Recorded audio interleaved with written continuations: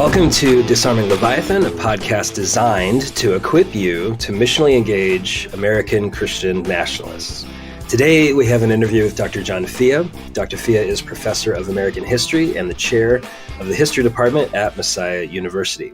He is the author or editor of 6 books, including the book, Believe Me, The Evangelical Road to Donald Trump, published in 2018, as well as the book, Was America Founded as a Christian Nation? A Historical Introduction, published in 2011.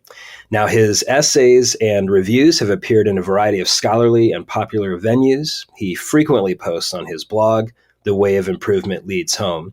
And in this interview, we explore the frequently repeated claim that America was founded as a Christian nation.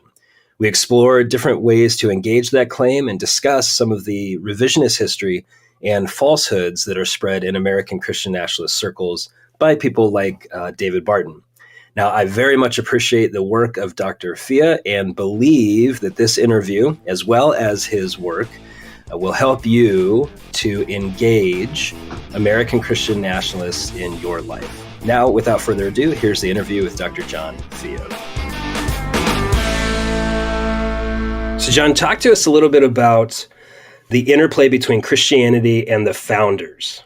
Yeah, it's a complicated question. I think it's a lot more complicated than the way much of modern political discourse on both sides of the aisle make it out to be. You know, at one point, I think you have to come to grips with the fact that the personal religious beliefs of the founders really don't tell us a whole lot about the question of whether or not they were trying to found a Christian nation, you know, or not. I mean, you could have people who were devout Orthodox Christians who might feel comfortable, say, in your church in Phoenix, you know, who would have advocated for some type of, you know, whether we call it separation of church and state or a secular nation or a nation that, you know, does not privilege one form of religion over another. And then you could have, you know, others who are, you know, not very religious at all, like Thomas Jefferson, or you can have a Unitarian like John Adams, you know, who do believe that religion can be good for the Republic. So, you know, I think that's one of the biggest mistakes people make. If you can somehow prove that John Adams or Thomas Jefferson or George Washington was a Christian, then you can use that to advance some kind of Christian nation or anti-Christian nation agenda in politics. So that's one way. I think that's a very unhelpful way of analyzing this. You know, I think the founding fathers, I think it's clear to a man, you know, and we are obviously talking about men here, right?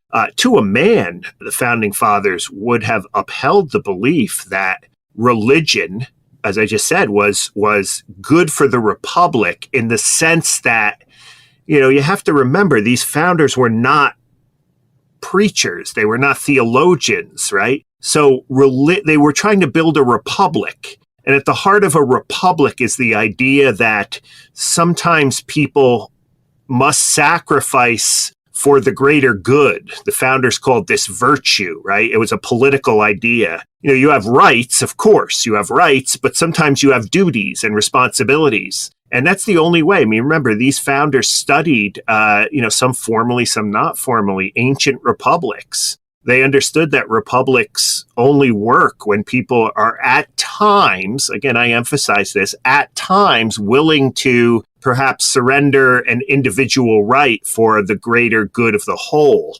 If religion could help American citizens do that, I think there's a strong connection between kind of the more secular, they would have called it pagan view of republicanism, that, you know, we need to sacrifice for the greater good. You know, if religion could help serve those ends, you know, religious people know how to sacrifice their interests for the greater good. At least that's the idea. They could make good Republican citizens. So, you know, that's an important piece of the puzzle.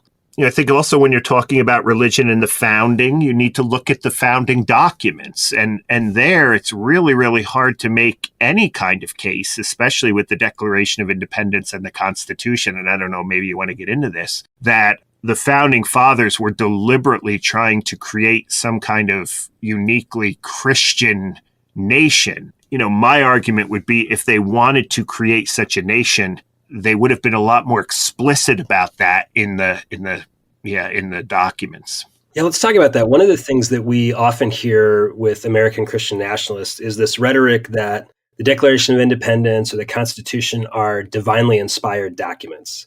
They'll speak of them with a level of reverence that perhaps they're speaking about Holy Scripture. Would the founders have revered these documents in that same way? Not at all. Even the founders that would have upheld traditional evangelical beliefs, people like Samuel Adams or Roger Sherman or John Witherspoon, the only minister to sign the Declaration of Independence, or John Jay or Patrick Henry, all who were Orthodox believing Christians, would have never have gone so far as to place a man-made document like the Declaration of Independence or the United States Constitution on the same level as Scripture. So I don't know of any founder, Christian or non-Christian, who would see these documents as somehow inspired by God or sacred in a kind of Christian sense of sacred texts. So even as you're saying that, we hear frequently language like, well, obviously the founding documents refer to God or rely on the Christian tradition. They use language like creator and providence. Would the founders have made that argument that they're speaking explicitly about what we might call an evangelical version of their understanding of creator? Well, let's take the Declaration of Independence for an example here, because the word God or providence is never mentioned in the United States Constitution. And remember, these are two different documents. They were written 11 years apart, right? The Declaration of Independence makes kind of 4 references to some kind of higher being, right? You have the idea of nature's God in the preamble. You have a reference to a creator in the preamble, endowed by our Creator with certain inalienable rights. And then in the end, you have a reference to a God as a judge, right? And then you have a reference to providence, or the idea that God, understood in the Christian tradition, providence meaning that God can control of, like, he orders the world according to his purposes. All of these ideas, first of all, are ideas that would have been held by virtually everyone in the 18th century, in the colonies, in the British world, the West, if you want to call it that, right? I mean, you would be very hard pressed, especially in the colonies, to find an atheist, for example. I've been challenging people for over 20 years, my students and others, right? Please find me a pure atheist in 18th century America. You will not find one. The closest you will get might be someone who was what we call a deist, someone who believed that God created the world and then let it run on its own natural laws, but doesn't interfere, right? Doesn't perform miracles, doesn't answer prayer, right? That's the deist God. These vague references, providence, judgment, creator, nature's God, these things could have been understood as the Christian God. They could have also been understood by deists or people even in between deism and evangelical Christianity. Notice what's not in the Declaration of Independence. There is no reference to a God who revealed himself in the form of a human being and incarnated himself and died for the sins of the world, right? There is no reference to inspired biblical texts. There's no reference to the resurrection. None of these things were uniquely evangelical ways of understanding the meaning of creator or God. Any deist would have believed in a creator. So it's really hard to tell what Jefferson meant by these terms. I think he used these general terms because he wanted to appeal to as many people as possible with this document. So would you say with that then in your mind, is Jefferson actually being pluralistic in his use of the phrase? He's trying to cast a wide net, so to speak? Jefferson never talked about, this is the thing, Jefferson never really talked about why he was so vague with these terms in the Declaration of Independence. We can make some assumptions based upon his other writings and his other, ways in which he understood Christianity. I mean, Jefferson was not a Christian, in my view. He did not believe in the resurrection. He did not believe in an act of God. Maybe the God would come in different crisis moments to help people. He did not believe in the Trinity. He did not believe in the inspiration of Scripture. So, I think you need to understand that way. I think the committee who wrote the Declaration of Independence included Roger Sherman, who was a devout Christian, probably one of the most evangelical of the founders, but also Ben Franklin, who was a skeptic, John Adams, who was a Unitarian, but still had strong beliefs about religion being good for the Republic. So it's really a mix. So to say he was deliberately trying to be pluralistic by using these vague terms, I think you can make a good argument for that, but we honestly don't know. So when the Declaration of Independence is invoked in political debate, it's invoked with a sense of certainty about what Jefferson meant, when anyone who studies the Declaration of Independence would never speak with such certainty about what he was trying to do there. For instance, the idea that we are endowed by our Creator with certain inalienable rights, anyone would have believed that individual rights come from our Creator. And then there's often a jump made to the Bill of Rights 11 years later. And then you have to get into this awkward position where you're kind of defending that, the Second Amendment, for example, the right to bear arms is endowed by our Creator, right? I mean, that's a hard biblical case to make. So you get into these really awkward and really ahistorical interpretations of Jefferson's ideas about rights coming from our Creator. Certainly Jefferson believed that, but could we make a biblical case for the fact that all 10 of the Bill of Rights, or even all of the amendments, somehow are scripturally rooted in biblical, like the right to privacy? I mean, I don't know. I'll leave that to the theologians, but yeah. Even the very fact that they are amendments speaks to the nature of the errancy, that it's not an inerrant document handed down from on high. It just makes them all, and when these things are applied in contemporary political debate, it just makes a very, very kind of almost embarrassing type approach to kind of what we just don't know, or what we superimpose our own political agenda on the founders, and that's, to me as a historian, is the worst thing you can possibly do. So speaking of the founders, they were familiar, were they not, with Christian nation states that had official state religion? I'm thinking in terms of perhaps the United Kingdom or other European countries. So they did have a sense of Christian nationalism in the proper sense of the term. Is that correct? Sure. I mean, I would say, rather than calling it Christian nationalism, I would say they were very familiar with established state churches, right? I mean, England, France, they couldn't stand France because they were Catholic, right? And tyrannical, the Catholics wouldn't give them the freedom to worship. So they had issues with Catholicism, but clearly it was a state church, right? There were state churches all throughout the old Holy Roman Empire, which became Germany, right? There were Lutheran state provinces. There were Catholic provinces. You had Calvin's Geneva, which was a state Reformed church, right? They were clear that, they wanted to create a society that would not have such a state church. They did not want to connect the state with religious practice in any way, shape, or form. And this is often born out of their own experience. So, some of the strongest advocates for what today we would call the separation of church and state, and I think that it's fair to say that is not in the Constitution, that idea, right? But we're evangelicals.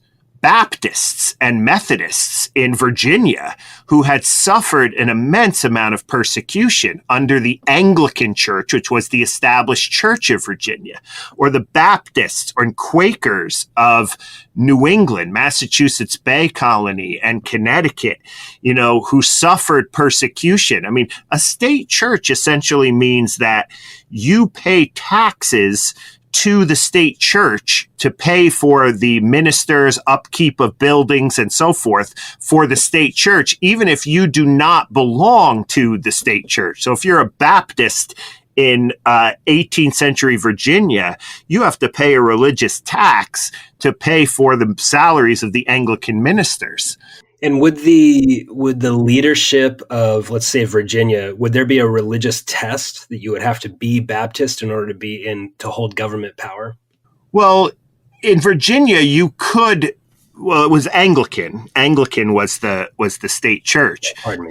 So you could run for office as a Presbyterian or a Baptist. You would have to get elected, though. So it was possible, in these places. Same thing in New England. But it was very rare, for that to happen. So in the colonial era, then, if I'm understanding you, that there were quote unquote state churches, that the colony recognized an official version of Christianity. Now it depends on the colony. Okay. You have places like Rhode Island and Pennsylvania, New York to some extent, New Jersey, which had religious freedom. In other words, there was no state church. Now, when you get into after the Revolution and you see these colonies now become states, they begin to establish their own constitutions. There's almost universal, with the exception of Virginia, every single state has either a test oath. You have to uphold some kind of a doctrine or the belief in the inspiration of the Bible or a belief in God, or they have established churches, because the Constitution of the United States does not require them to, abide by the Constitution. That all changes in the 1860s and then into the 20th century when the 14th Amendment gets applied. And would you remind us what the 14th Amendment is about? Sure. I mean, the 14th Amendment is a lot of things. The 14th Amendment comes out of the Reconstruction era following the Civil War. It gives the free men and free women, the formerly enslaved, civil rights.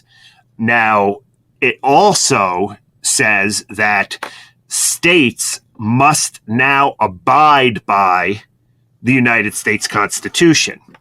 At this point, the United States Constitution has now added the 13th Amendment, which means that a state can now no longer say, I have states' rights, right, to continue to uphold slavery, because now all the states must conform to the federal government. This is one of the results of the Union victory in the Civil War. Now, there's a few efforts in the late 19th century, but most significantly in 1947, the Supreme Court applies the 14th Amendment to religion, to test oaths, to religious establishments. So once that application takes place, a state can no longer declare, you have to believe in the Trinity in order to hold office, or, your tax money will go to pay for a state religion, of some type.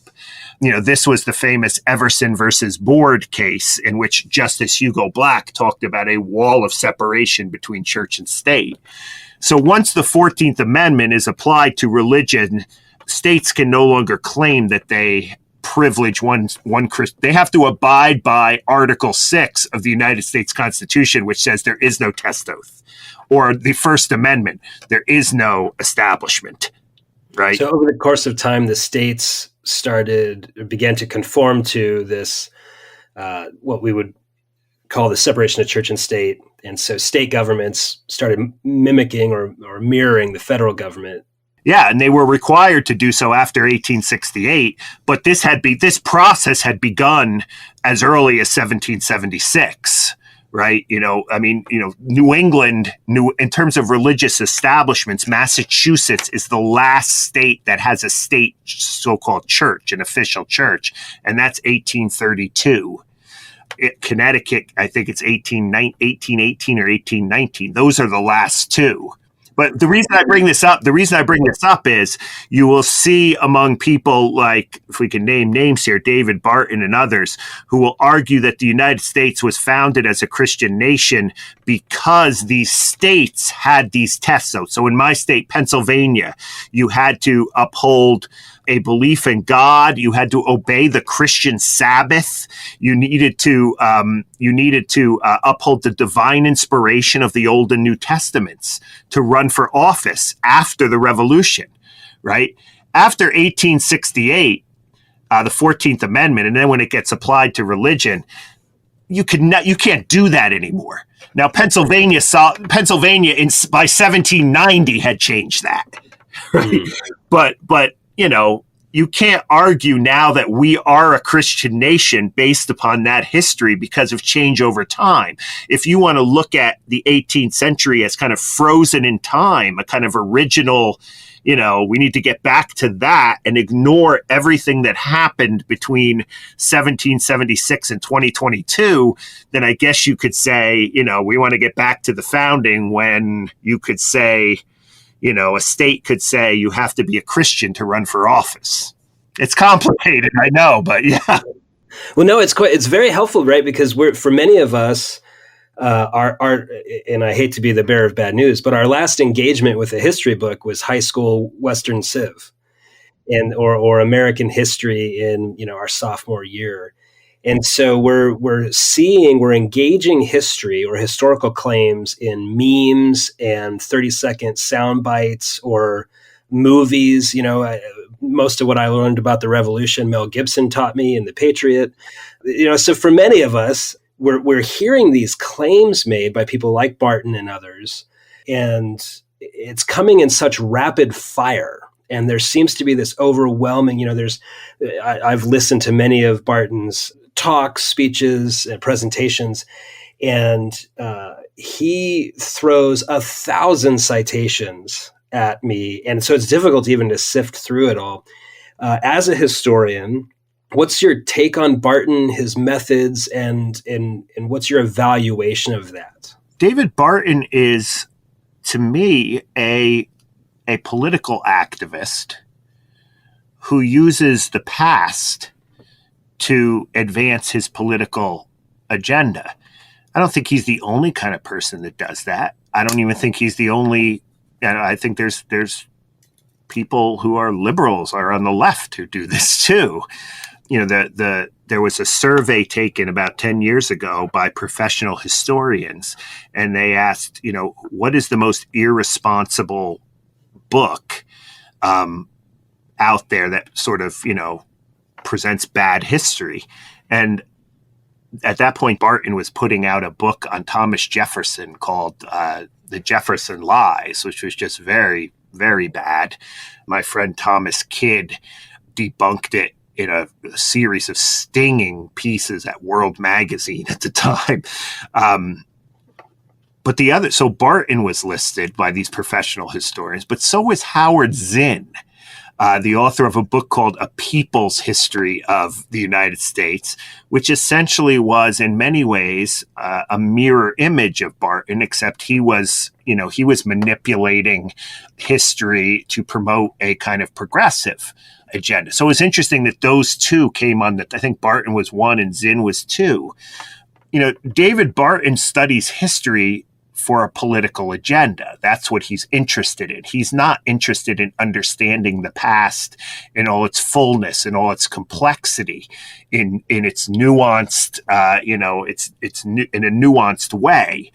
He's very interested in cherry picking what he needs from the past, and he's brilliant at what he does.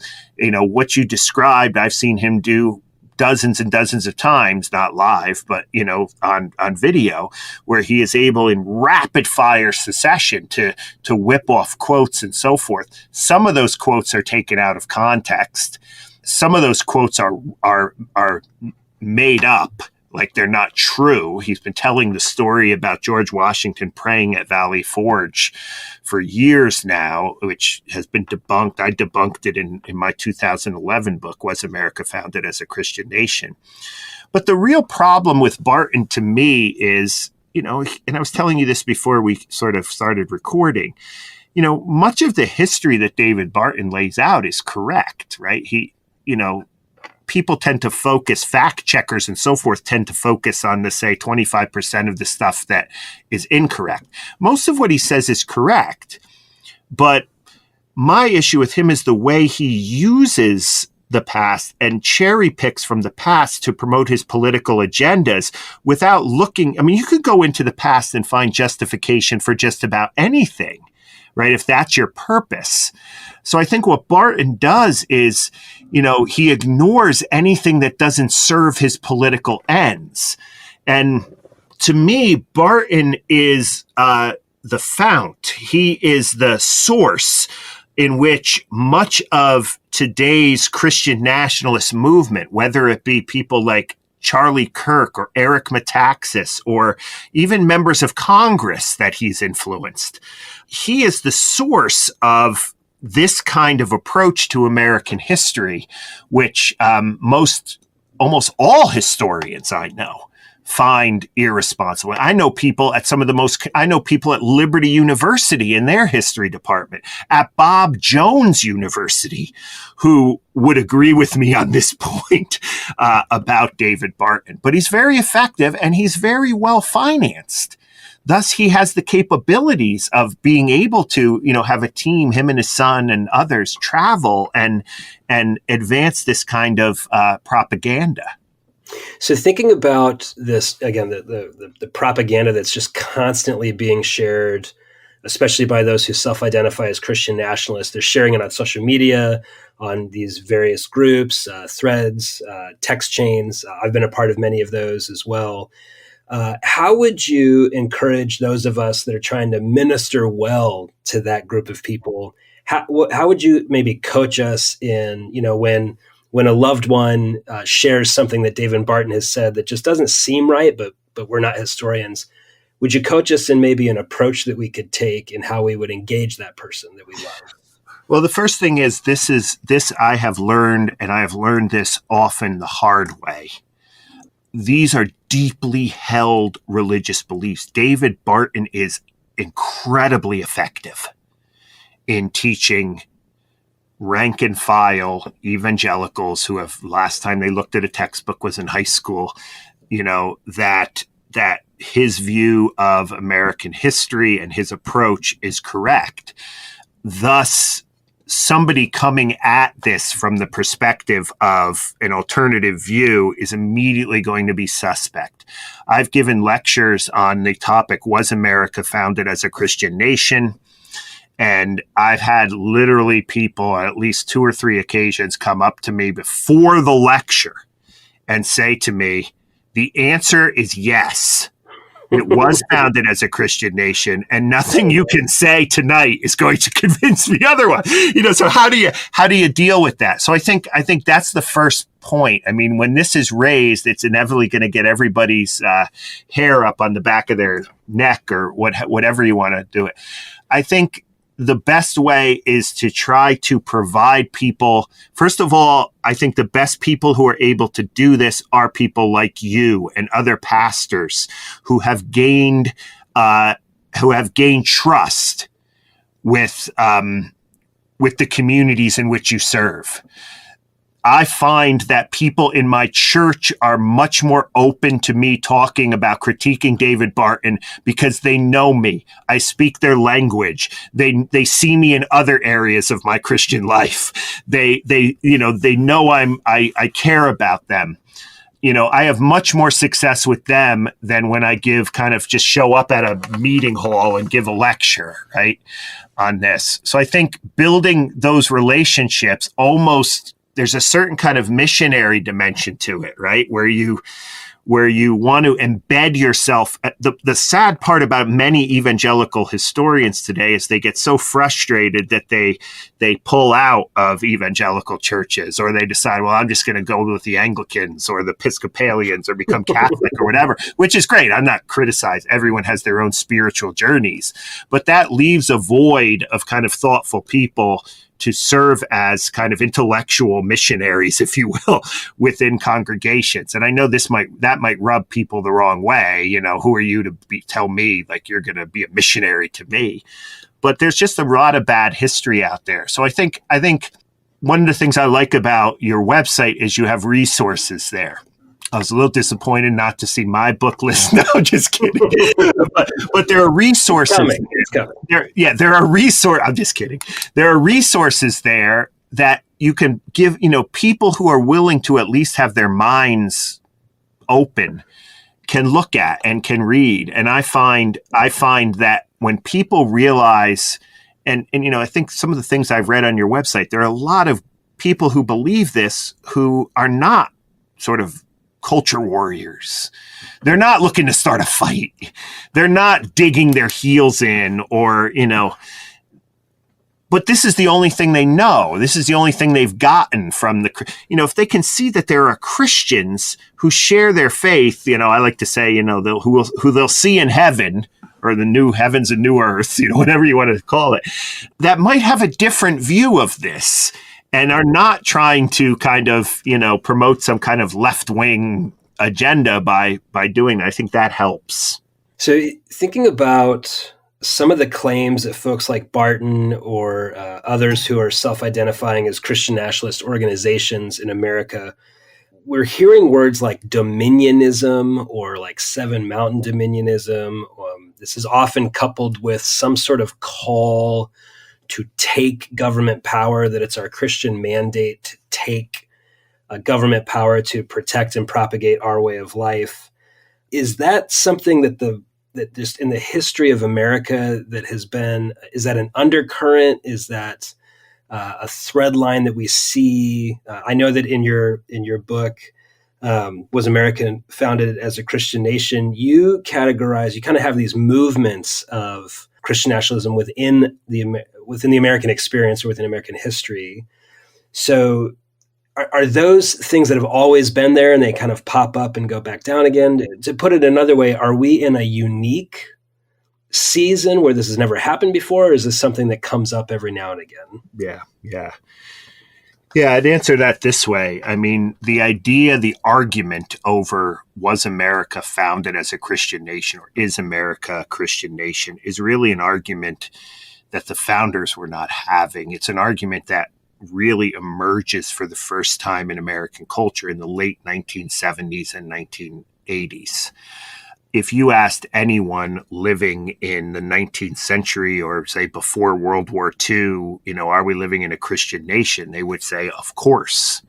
I was on a panel with a friend of mine who is the rabbi at the Toro Synagogue, which is one of the oldest synagogues in the country in Newport, Rhode Island.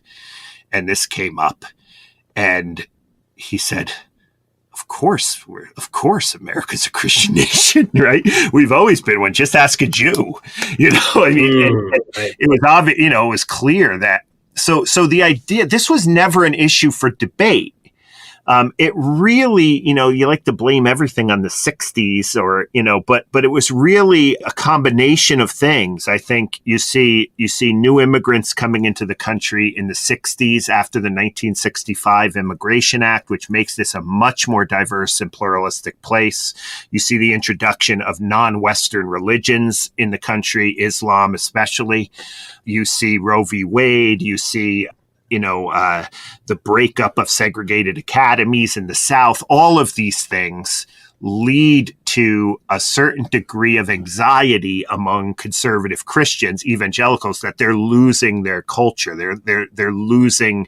They've for so long been the guardians of American cultural life that now the assumptions that they have had about certain things like marriage or about, reproductive rights or, Christianity and Christmas or, manger scenes or prayers at school, or Bible reading in school are now being threatened. It's at this point that I think you see something new emerging with the rise of the Christian right. Jerry Falwell and others really make an emphasis on sort of reclaiming, renewing, restoring. There's nothing to reclaim, renew, and restore in like 1910 or 1870 or 1830. This whole thing with dominionism, though, I think is another unique step. If you look at the old Christian right, and I'm talking about the Falwells and Pat Robertsons, from the 80s and the 90s, they are fighting for Christian values within the culture. There still is a sense of a commitment to kind of a civic pluralism among them. Right. We want our values to be upheld. We do think abortion is murder, so we want that overturned. Right. We want to make a more just society, which is open to Christian ideas.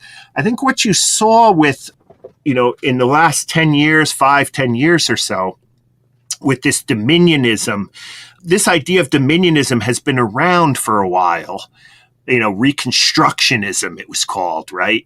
Goes back to a man named Rousas Rushdoony who wrote about this. Francis Schaeffer, figure some of your listeners may be familiar with, was very taken by this idea. But I think what happened is, I don't want to put everything on Donald Trump, but Donald Trump created a scenario in which many of these dominionists were given power. They were given access to power. They became much more mainstream.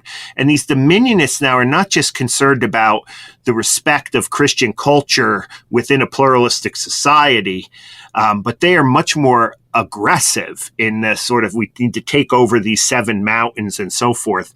They have been much more mainstreamed, I think, as a result of the last 5 or 10 years. And I think that is something new. So I think the rise of the Christian right in the 80s, 90s was something new. And now this is something new, even more kind of extreme, if you want to call it that. And John, I very much appreciate your book, Was America Founded as a Christian Nation? But you've also recently, just in the last few years, written a book called Believe Me, The Evangelical Road to Donald Trump. How do you see Christian nationalism intersecting with the MAGA movement, the acceptance and elevation of Donald Trump? Yeah. I was telling you before we started recording, this idea of Christian nationalism was not on my kind of radar screen when I wrote Was America Founded as a Christian Nation in 2000. It was published in 2011, so I was writing it in 2009, 2010, 2009, 10. And the sociologists, people like Andrew Whitehead and Sam Perry and others, Paul Miller, these non-historians who write about Christian nationalism kind of confirmed a lot of what I was kind of thinking about historically back then, namely that if you believe that America was founded as a Christian nation and somehow we've lost our way and we need to reclaim, renew, restore some golden age, which I would argue probably has never existed in the first place. And if it did exist in some form, it's not coming back. Right. So it's this kind of regressive movement. We want to reclaim something that may not have existed in the first place. But if you do believe it exists, this then motivates this whole idea of wanting to make America great again. So I think for many evangelicals who were attracted to Trump, this idea of make America great again was deeply tied to this kind of Christian America view of history that we discussed earlier, Barton and so forth, right? I'm a historian. When I hear make America great again, I focus on the word again, right? So, a lot of people focus on great. What was greatness, right?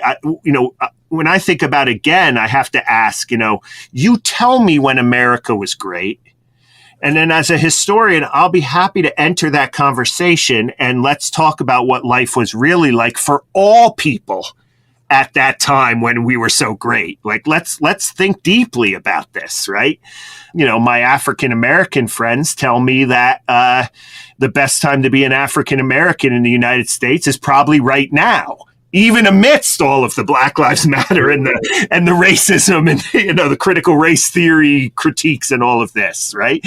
No African American wants to go back, right, to the 50s or to the, you know, so I think this idea of history, if you can get the founding right, if you can at least try to understand that the founding may not necessarily be as easily kind of utilized in the present as some would like it to be, then that kind of rips the foundation out from the entire kind of dominionist, make America great again kind of movement. So I think Trump's appeal to this nostalgic, you know, era that he was going to take us back to, for many evangelicals, you know, this fit very, very well with the stuff they had been fed in their churches for years from the likes of David Barton, or even earlier than that, others before him, Francis Schaeffer, D. James Kennedy,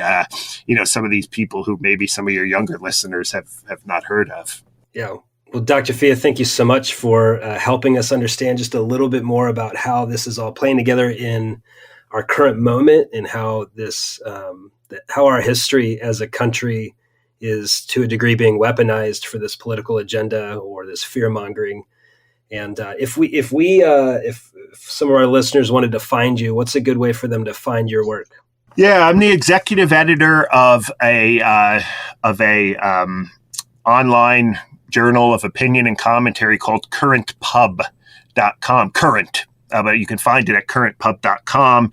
There you can find as well, if you click on my blog, The Way of Improvement Leads Home, which is also published at currentpub.com, you can find my books. You can find what I've written. You know, much of what I do now is through that outlet. We put together a nice team of people who are concerned about American democracy, and that's where I'm doing most of my work these days. Or you can just contact me, jfea@messiah.edu. I'm a professor at Messiah University in Pennsylvania. Great. And we'll link that in the show notes for everybody. Dr. John Fia, thank you so much again for being on the show. Thanks for having me. This was fun.